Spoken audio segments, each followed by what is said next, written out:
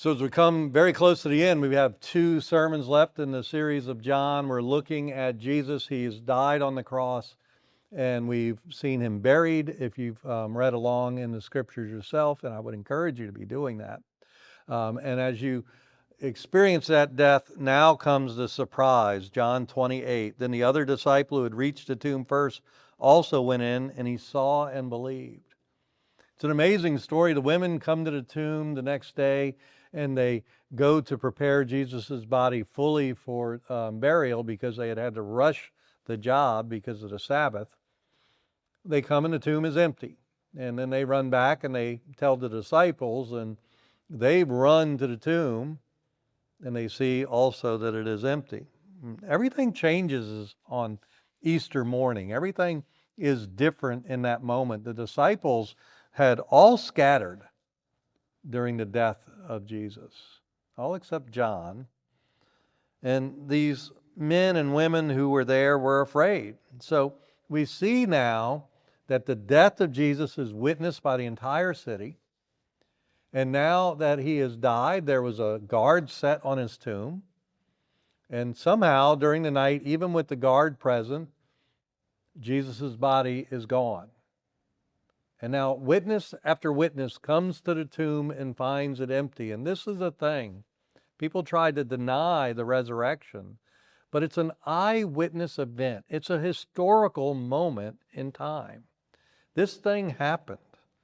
Christianity rests on a truth of reality. Think of these men and women, most of whom responded with cowardice. They ran out of fear when Jesus was arrested. They hid lest they be caught. Peter, his greatest disciple up to this point, denies him 3 times in public, says he does not know the man.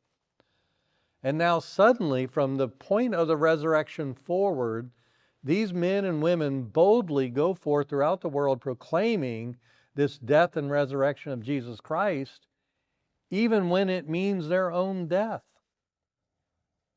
Why would they run in one moment and die in the next? Because they've witnessed something amazing. They've seen something that demands all of their lives. And that's the point of the resurrection. The resurrection creates new life in us. This is what we talk about when we talk about being reborn. We still have the same hair color, the same eye color. We still walk around in the same clothes. We have the same family on earth, but we say we're born again. Because everything's different when you've encountered the resurrection. The risen Christ changes our lives. Sin and death and fear begin to have less power over us. We begin to respond to life with hope, with joy, and with power. It's a historical event, but it's also a spiritual linchpin. This resurrected Jesus gives us a belief in what we're told, that we can live forever, that we can have a relationship with God. It's a theological transition. It's a way of thinking that shifts how we feel about who God is and how we talk about God's nature.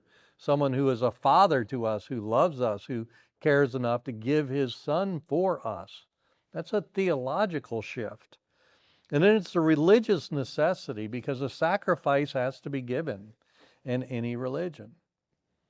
And in Christianity, this miracle of miracles, this strange version of sacrifice, God sacrifices for humanity, not the other way around. And so the resurrection points towards our future. And it changes the way we live and think. When we know that we have this opportunity to continue past this life, when we can put this life in a framework of understanding that tells us that when we look at the suffering in this world, we now have an explanation. Sin has created this fall. Sin has created suffering. God has provided a way out. The perfect world we can imagine is there waiting for us in heaven.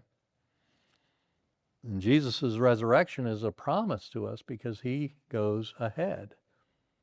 He blazes the trail. We now know where we're going. He goes to the Father's house. He tells his disciples, I will come back and bring you there with me. And that's a promise to all Christians. And so the struggles we have on this world, even though we can love this world, we can see so much joy in it, we know there's a better place. And that call leads us forward into the future. Because he lives, we can face tomorrow. That's one of the songs we sing on Easter. Friend, I hope you have a happy Easter. It doesn't matter if it is Easter Sunday or not. Easter is a state of mind and heart. Hope to see you around. God bless you.